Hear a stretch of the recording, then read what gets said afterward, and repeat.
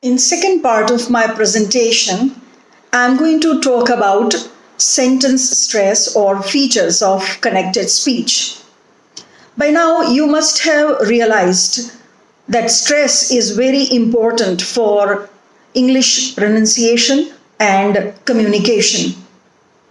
Stress means you pronounce some syllables more strongly, more loudly, and more clearly as well as slowly.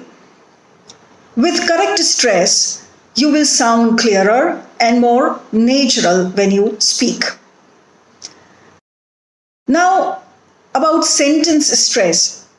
I can say that sentence stress is where we emphasize or highlight a word with how we say it. Because when we are speaking a language, it is not only important to say what, but it is also equally important to say how we say it. Because when we speak any language, we don't speak in the same monotonous tone. We change the pitch of our voice. Sometimes it goes up, sometimes it comes down. So you need to change your pitch whenever you are speaking.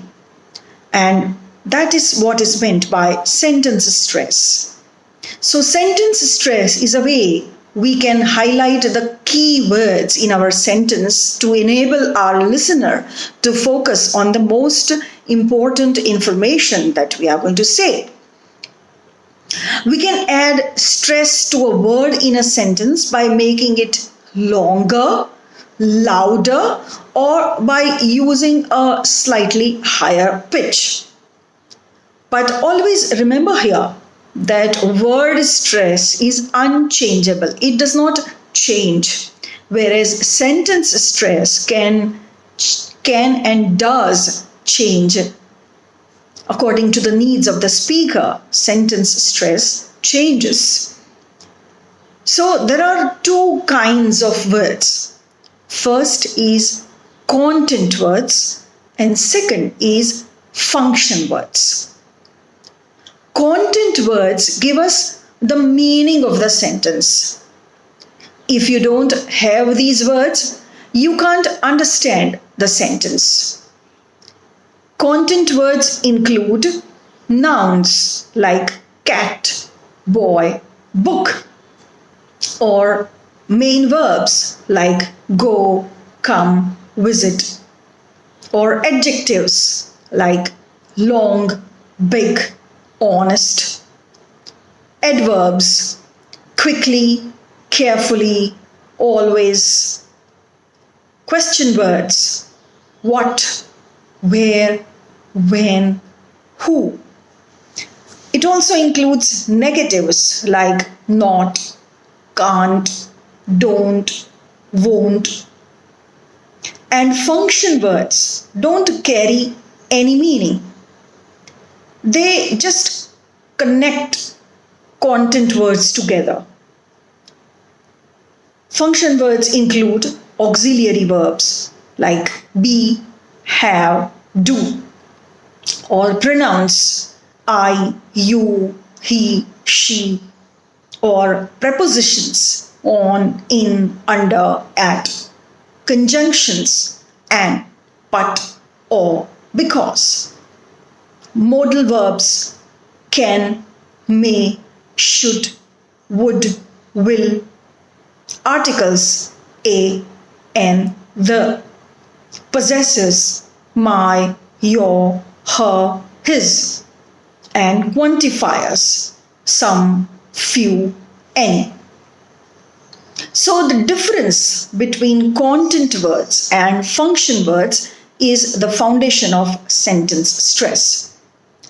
Content words are usually stressed and function words are usually unstressed in a sentence, which means that content words are very important in a sentence and without which the meaning of the sentence cannot be conveyed. Look at this example. My mother is not well, so I'm going home early. Now, if you focus on the stressed words, you can easily understand the meaning even if you don't follow the function words. So the words mother, not well, going home early. Even if we have these words, we can understand the meaning. Of course, grammatically, it is not going to be a sentence, but we can communicate our idea to the listener very easily by using these content words. Another example, she's wearing a beautiful dress. Children are playing in the garden. Please call the doctor because my leg is broken. Now, here in these words, first one, she's wearing a beautiful dress. The content words are wearing, beautiful dress. In the second sentence, it is children playing garden. So even if we are not able to listen to are and in the garden in this sentence, we can understand the meaning very easily. In the third sentence, it is call, doctor, leg, broken. Now, even if there are no function words, we can understand the statement with the help of these content words. Call, doctor, leg, broken. So I'm going to give you some sentences for practice. Can you show me the way to the railway station? I heard the weather is going to be fine tomorrow. He parked his car in the yard. It started to rain heavily in the evening. Now here in these sentences, the underlined words are content words and they are to be stressed when you are speaking. Can you show me the way to the railway station? I heard the weather is going to be fine tomorrow. He parked his car in the yard. It started to rain heavily in the evening.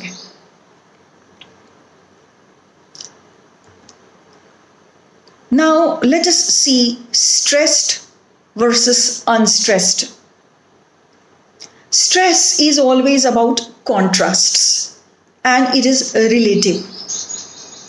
To pronounce clearly, you need a clear contrast between stressed and unstressed syllables. While practicing sentence stress, pay equal attention to unstressed words. Unstressed words have a weak pronunciation. Unstressed words are spoken at a lower volume. And now let us see about shifting sentence stress. Sentence stress, as you know, is flexible. It doesn't follow any strict rules. It depends on the meaning you want to express. Sometimes one idea in your sentence is more important than others. So you will add extra stress to this idea. Some reasons are to contradict or correct someone. For example, if someone says, Delhi is the capital of China, you contradict that person and you say, Beijing is the capital of China. Delhi is the capital of India. Now here, you are contradicting what the person is saying and therefore you emphasize the word Beijing to clarify the meaning, or you emphasize the word India. Another example, she was wearing a red dress. She was wearing a green dress. Here, the speaker is contradicting the first person by emphasizing the word green. It means that the person was not wearing a red dress but a green dress. You might add extra stress to emphasize one idea in your sentence. For example, she doesn't live in Mumbai, she lives in Chennai. Here, I am emphasizing Mumbai and Chennai. She doesn't live in Mumbai, she lives in Chennai. Another example, meeting is at 10, but I thought it is at 12. Here also the speaker wants to contradict the idea. So here the stress is on 10 and 12. Here are some exercises for you to practice. You have a sentence like this: I love studying English. Now if I put stress on I and speak it like this: I love studying English, which means I as a person love, but others don't love or may not love. I love studying English. If I put stress on love, then it means I really love it. I am very passionate about it. I love studying English. Here the stress is on studying, which means I only love studying English, but I may not enjoy using English. I love studying English. Here the stress is on English, which means I love only English but don't like other languages. So like this, when you put stress or when you emphasize certain words in your sentence, it means you want the meaning to be conveyed in a particular way. Let us look at another example. Are you going to London tomorrow? Here, if I put stress on are you going to London tomorrow? It means I want to know yes or no. Are you going or you are not going? If I put stress on you, are you going to London tomorrow? I know some other people are going, but I want to know if you are going or not. If I put stress on London, are you going to London tomorrow? It means, is it London or some other place you are going? If I put stress on tomorrow, are you going to London tomorrow? It means, are you going on another day or specifically tomorrow? So, sentence stress here, you can see, keeps on shifting. It keeps on changing. Extra stress does not replace the sentence but acts as an extra layer. If you want to emphasize one idea, you add extra stress to that word. Extra stress should be stronger than the sentence stress. Here are some exercises to understand this. You have a sentence like this: we are having a party on Sunday. We are having a party on Sunday.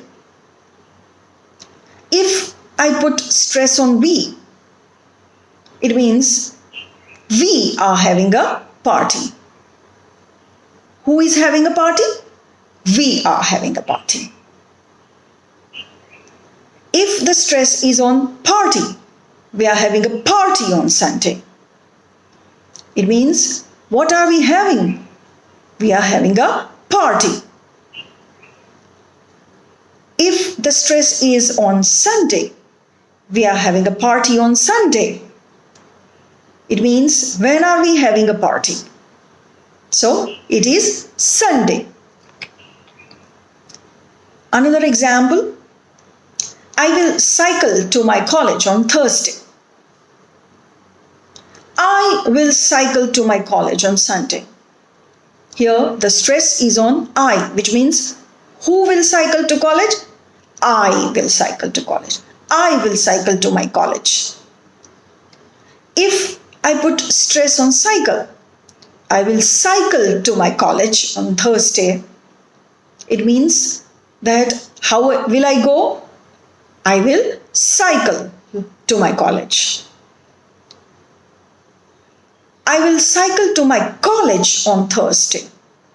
Here the stress is on college. So where will I go on Thursday? Or where will I cycle on Thursday? To my college. I will cycle to my college on Thursday. Here the stress is on Thursday. So it means when will I go? I will go on Thursday. Besides word stress and sentence stress, there is another very important aspect, and that is intonation. Listen to these sentences. It's a lovely morning.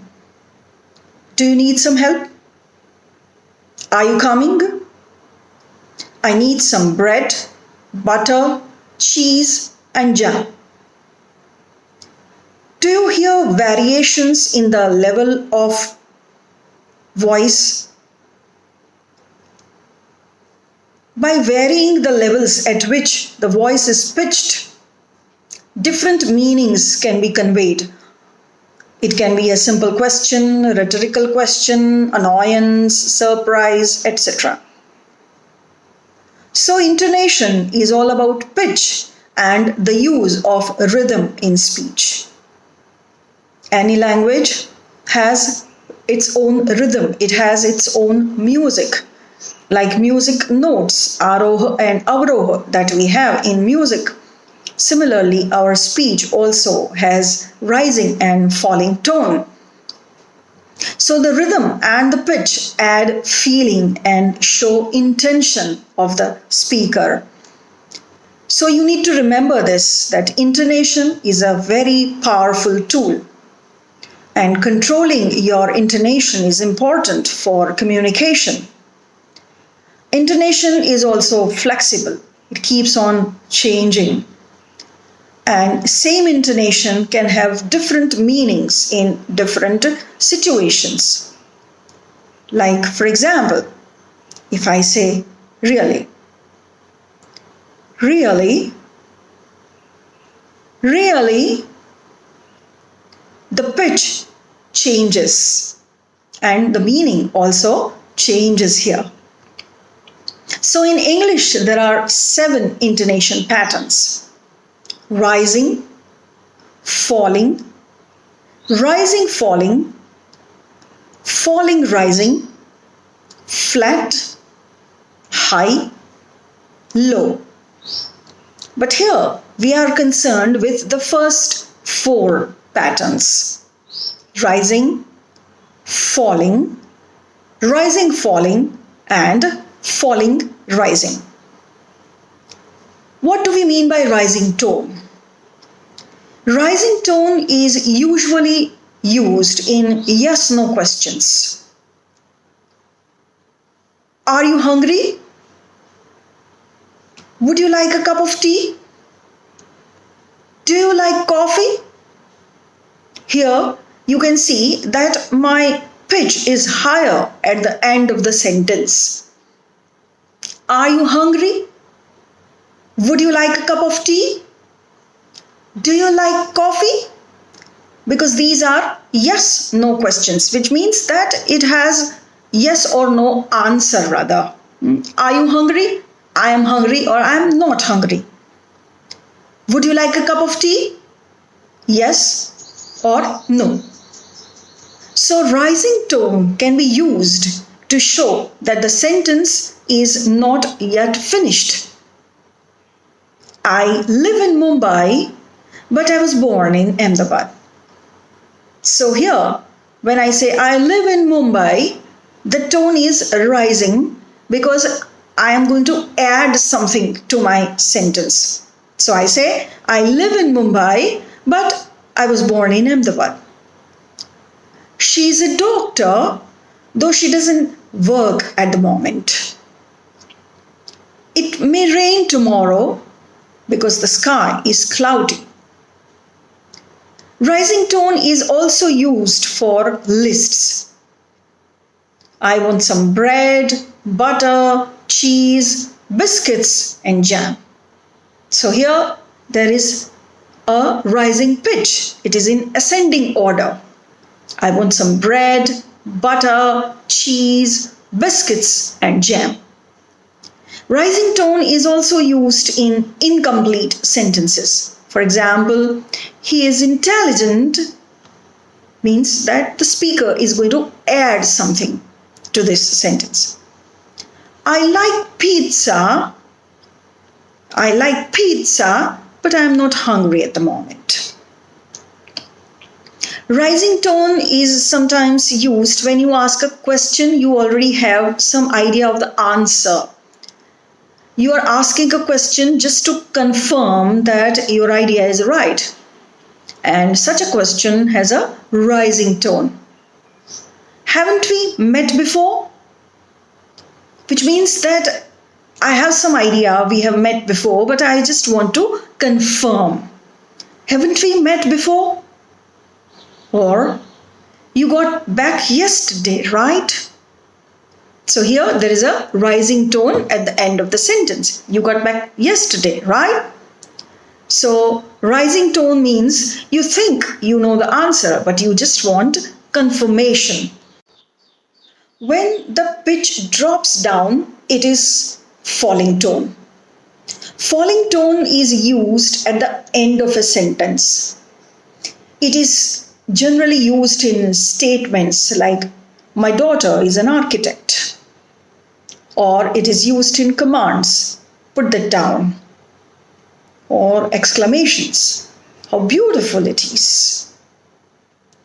So here you can hear the pitch going lower and it is falling tone. So for statements, commands and exclamations, falling tone is used. Some more examples. I live in Mumbai. She is a doctor. It may rain tomorrow. So these are all statements and we are using falling tone for it. Sometimes you are asking questions you have no idea of the answer and you want to find some information. In that case also, the question has a falling tone. Falling tone here means you don't know the answer. Why did you do it? Where did you go for your vacation? Have you ever been to Jaipur? Did you post my letter? Here in these questions, it is a falling tone because the speaker doesn't know about the answer of this question. Falling tone is used in questions that begin with what, why, how, and when the question is also said in a very friendly manner. How is your mother? What were you doing last night? So here you can see I have used falling tone. So remember, to make a comment about something, use a falling tone. Why would you say that? Wasn't it great? Doesn't he look smart? Isn't it beautiful? Or falling tone is also used to suggest something. How about we play a game?